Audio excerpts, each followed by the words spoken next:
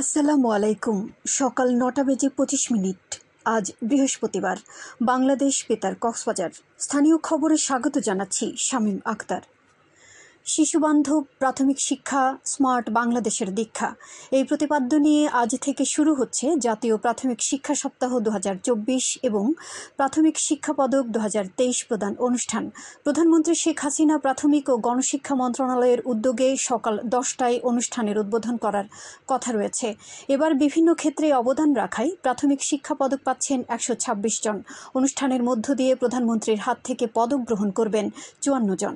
জাতীয় প্রাথমিক শিক্ষা সপ্তাহ উপলক্ষে রাষ্ট্রপতি মোহাম্মদ শাহাবুদ্দিন ও প্রধানমন্ত্রী শেখ হাসিনা পৃথক বাণী দিয়েছেন।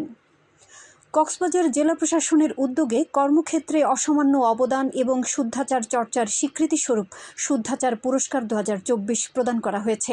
গতকাল জেলা প্রশাসকের কার্যালয়ের শহীদ এটিএম জাফর আলম সম্মেলন কক্ষে আয়োজিত অনুষ্ঠানে এ পুরস্কারে ভূষিত হয়েছেন জেলা ও উপজেলার ৫ জন কর্মকর্তা কর্মচারী। অনুষ্ঠানে প্রধান অতিথি ছিলেন জেলা প্রশাসক মোহাম্মদ শাহিন ইমরান।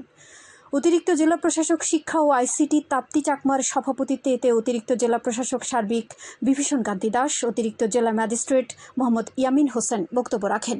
শুদ্ধাচার পুরস্কার প্রাপ্তরা হলেন ঈদগাঁও উপজেলা নির্বাহী কর্মকর্তা সুবল চাকমা, জেলা প্রশাসকের কার্যালয়ের সহকারী কমিশনার ও এক্সিকিউটিভ ম্যাজিস্ট্রেট KM ইনজারুল হক, কর্মচারী রাজকুমার ও শাহাদাত ইসলাম এবং উখিয়া উপজেলা প্রশাসন কার্যালয়ের অফিস সহকারী জালাল আহমেদ। নবসৃষ্ট ঈদগাঁও উপজেলা পরিষদের মাসিক সমন্বয় সভা গতকাল অনুষ্ঠিত হয়েছে। ঈদগাঁও জাহানারা ইসলাম বালিকা উচ্চ বিদ্যালয়ে উপজেলা প্রশাসনের অস্থায়ী সভাকক্ষে এ সভার আয়োজন করে উপজেলা প্রশাসন। এতে উপজেলা পরিষদের chairman Mohammad Abu Taleb, vice chairman Ahmad Karim Sikdar, মহিলা ভাইস চেয়ারম্যান কাউসার জাহান সহ উপজেলার আওতাধীন ৫টি ইউনিয়নের চেয়ারম্যান ও উপজেলা প্রশাসনের বিভিন্ন দপ্তরের কর্মকর্তারা উপস্থিত ছিলেন। উপজেলা নির্বাহী অফিসার সুবল চাকমার সভাপতিত্বে সভায় উপজেলার বিভিন্ন উন্নয়ন পরিকল্পনা নিয়ে গুরুত্ব আরোপ করা হয়েছে। উখিয়ায় চাষি পর্যায়ে উদ্বুদ্ধকরণের মাধ্যমে ক্লাস্টার ভিত্তিক আউশ চাষাবাদ ও মাঠ পরিদর্শন অনুষ্ঠিত হয়েছে। উপজেলা কৃষি সম্প্রসারণ বিভাগের আয়োজনে গতকাল মাঠ পরিদর্শনে যান জেলা কৃষি অধিদপ্তরের উপপরিচালক ডক্টর বিমল কুমার প্রামাণিক। এ সময় জেলা অতিরিক্ত উপপরিচালক, উপজেলা কৃষি কর্মকর্তা নিজামুদ্দিন ও উপসহকারী কৃষি কর্মকর্তা মোশতাক আহমদ উপস্থিত ছিলেন। উপজেলা কৃষি কর্মকর্তা জানান, কৃষি মন্ত্রণালয়ের যান্ত্রিকীকরণ কর্মসূচির আওতায় ক্লাস্টার ভিত্তিক 18 একর জমিতে আউশ চাষ করা হয়েছে। এতে করে এক জমিতে বছরে 3 বার ফলন উৎপাদন সম্ভব হবে। খেলার খবর ফুটবল। চকরিয়ায় বঙ্গবন্ধু শেখ মুজিবুর রহমান ও বঙ্গমাতা শেখ ফজিলাতুন্নেসা মুজিব জাতীয় গোল্ড কাপ ফুটবল টুর্নামেন্ট বালক বালিকা অনূর্ধ্ব 17 উপজেলা পর্যায়ে আনুষ্ঠানিক উদ্বোধন করা হয়েছে।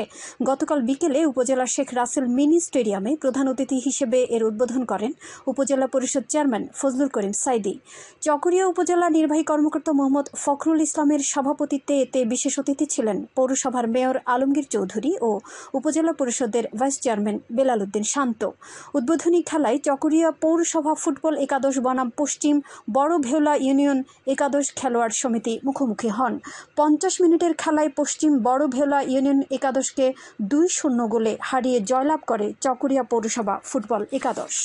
আবহাওয়া এখন জানিয়ে দিচ্ছি মাখালী নদীর মোহনা ও সংলগ্ন এলাকার সামুদ্রিক জোয়ার ভাটার সময়সূচি। আজ জোয়ার শুরু হয়েছে সকাল 8টা 12 মিনিটে, চলবে দুপুর 2টা 25 মিনিট পর্যন্ত। ভাটা শুরু হবে দুপুর 2টা 25 মিনিটে, চলবে রাত 9টা 1 মিনিট পর্যন্ত। সবশেষে পর্যটক বার্তা। পর্যটন নগরী কক্সবাজারে আগত ভ্রমণ পিয়াসুদের সাগরে নামার পূর্বে সাবধানতা অবলম্বন করার জন্য অনুরোধ করা হচ্ছে।